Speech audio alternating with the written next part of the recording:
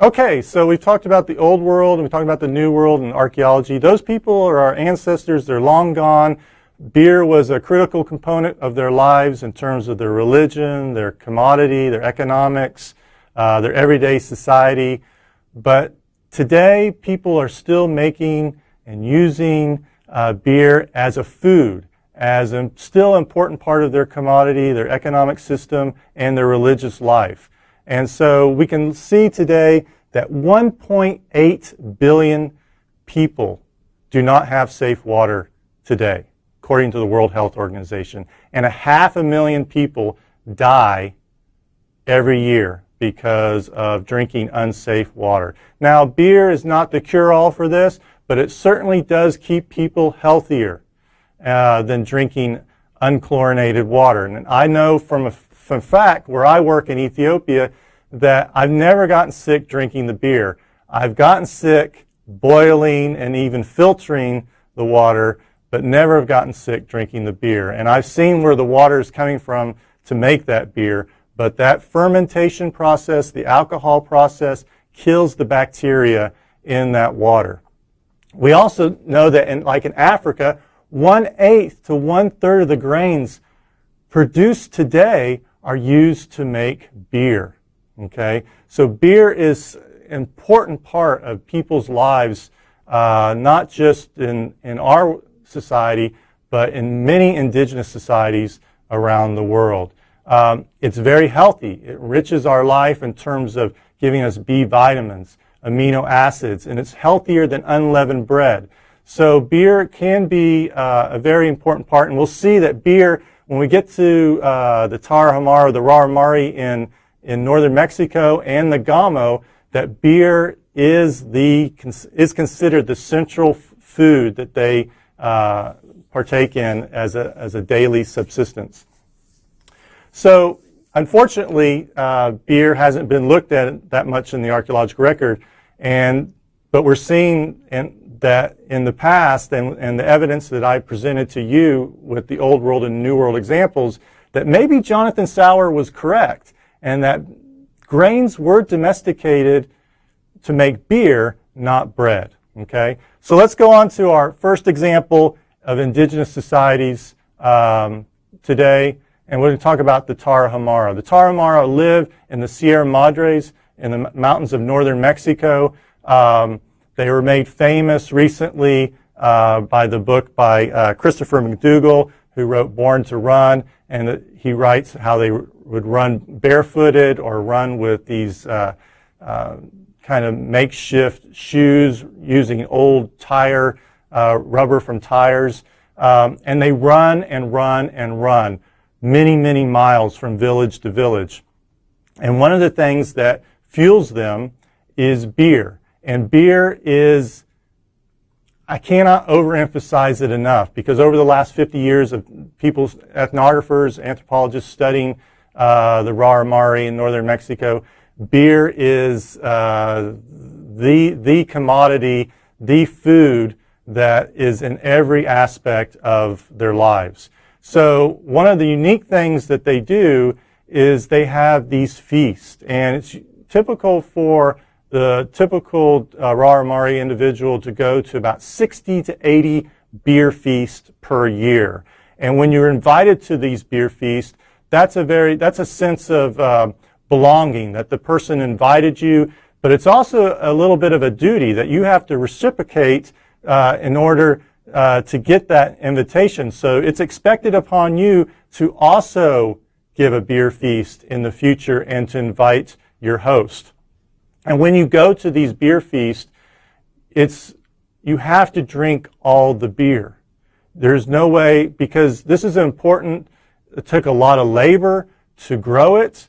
It took a lot of labor to make the beer, and the beer is only going to last 5, 6, 7 days, and then it's going to spoil. So everybody has to finish the beer, and when it's offered to you, it is rude to not accept the beer. So people can get pretty tipsy at these feasts, but it's always drunk together.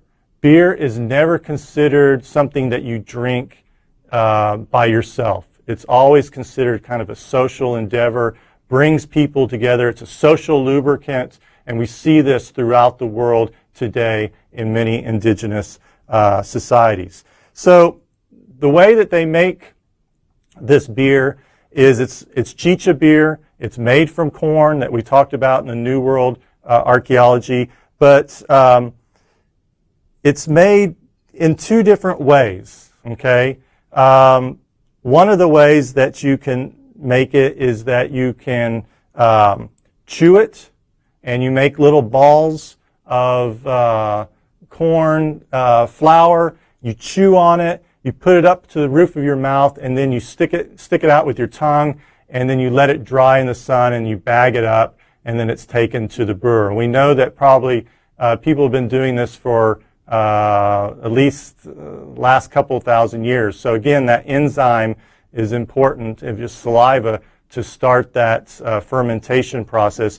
We also see this today in Japan in making rice wine, that old women will sit around and chew rice and then spit the rice into the pot, and that enzyme, again, will start that fermentation.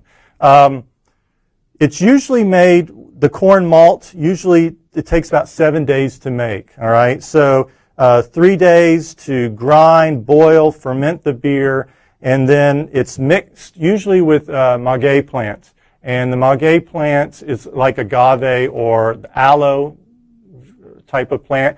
They'll beat that on a stone, they'll cook it up, and then they'll squeeze it using the maguey type of netting, and they'll squeeze that juice, and they'll mix it with the corn beer to give it extra flavor, a little bit more sugar content, which probably raises the alcohol content as well. And we can see here that from the map, the amount of maize stalk juice that we talked about in the New World examples, and that argument why maize was domesticated in the first place. It's pretty extensive throughout the western part of Mexico, and then we see the maize stalk, the Tiguano beer, the maize beer, that dark part in the northern part of Mexico. That's where the Tarahumara live, and that extends all the way down into Central America and down into South America as well. So beer is everywhere in Raramari society. I talked about the feast, the 60 to 80 feasts per year, but it also has a curing aspect. So when someone's sick, they'll invite a doctor, they give the doctor beer, the patient will drink beer, they drink it together. The doctor will usually take his cross and he'll dip the cross into the beer and then place the cross on the patient as a way of trying to heal the individual. So beer is considered a very important part of the religion. It's also considered a commodity. So when you're going to plant or harvest your maize, you don't want to do this by yourself. You want to have a party. So you invite all your friends and your relatives. You make some beer, and everybody works together, and then you pay them, because most indigenous societies do not have a lot of cash. Most of these people are making $1.50 a day. So the only way that you can pay these people and motivate them is to pay them in beer. And I know that the Raramari will travel maybe 50 miles, 60 miles. They'll run from one community to another community when they hear that there's a beer feast or some type of work that's going to be engaged in where beer will be paid as a commodity. All right, so we've seen how in the Raramari that beer is everywhere. It pervades all parts of society. We see this also in many parts of Africa. And I work in Ethiopia. I've been working in Ethiopia since 1995 with a people called the Gamo. And they live right along the Rift Valley, 9,000 feet, very lush, rich, not what you think of Ethiopia. A lot of rainfall during the summer. They are agrarian farmers growing a lot of different types of indigenous Ethiopian crops. but they also grow barley, and they grow wheat, and they also grow corn, and they use all of those, depending on where they are in the altitude, to make beer. And why did I start working in the Gamo? Because the Gamo have a very strict caste system.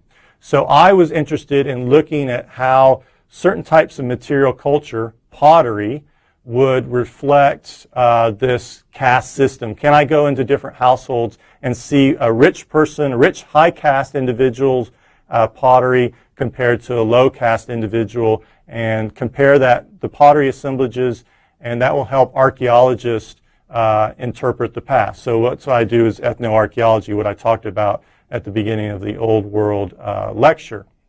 And yes, the pottery does reflect the caste system. It mirrors it perfectly. And they still make and use pottery. They're not really using metals and plastic vessels today.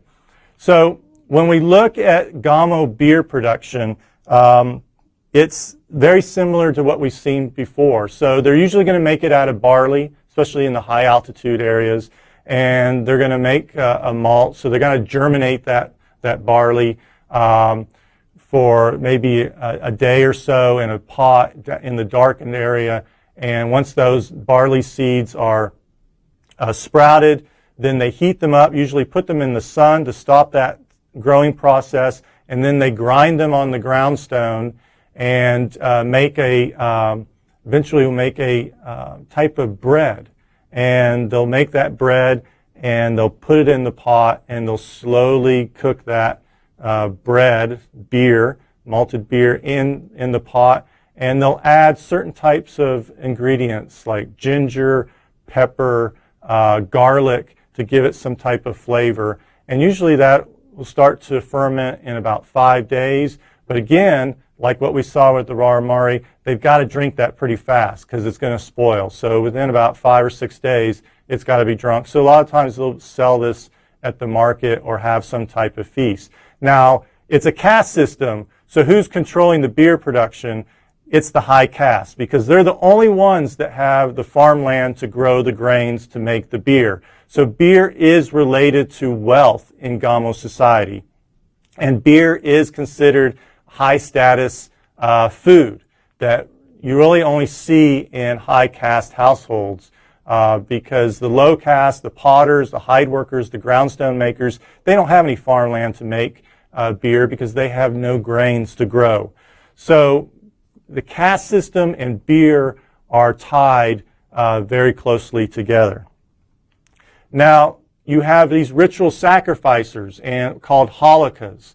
And halakas are chosen by the people. They're caught. That's how it's translated. They're caught by the people because they've become too wealthy. And they must redistribute their wealth. Okay? And the way that they redistribute their wealth is to give 2 beer feasts. And these beer feasts takes a lot of human labor. They have to include all their relatives, their friends, in terms of get the grains, to get the labor to make the beer. And these feasts will encompass 2,000 liters of beer where they feed everybody as a food. Now, before everybody drinks the beer, they pour the beer onto the ground as a sacrament to the ancestors. And ancestors are still living in Gamo society. They're everywhere. So the rules that you have in Gamo society are abided by because the ancestors are there and watching. And if you do something bad, you do a taboo or something, then the ancestors will cause infertility to the people, to the land, to the livestock, to the children. So you have to keep the ancestors happy. And so the halakas will go into the sacred forest. They will sacrifice an animal in the sacred forest, and they'll take beer and they will pour some of that beer to feed the ancestors as well when they do that sacrifice. But also at the feast, they always pour a little bit of beer onto the ground as a form of sacrament to the ancestors. Now, the way that I got into this was that when I was looking at all these pots that people were using and seeing how it might reflect the caste system, I noticed that on a lot of the vessels that you have complete erosion on the inside, that it's sheared away. And I started asking the women, what's causing all this erosion on the inside of these large pots? And they said the beer is eating the vessel. And sure enough, 100% of all the vessels that were used to make beer that I recorded have this severe erosion on the inside. So this is an excellent indicator, a signature, if you will, that archaeologists can look at to see beer in the past. We see this type of evidence in Nubia. In cemeteries, they're seeing this erosion, and also in northern Mexico, they're seeing this erosion as well from the maize beer. And so we've excavated a number of sites that date back to 300 or 400 years ago, historic sites, and we're finding erosion on the vessels, the sherds that we're excavating as well, as you can see from the slide.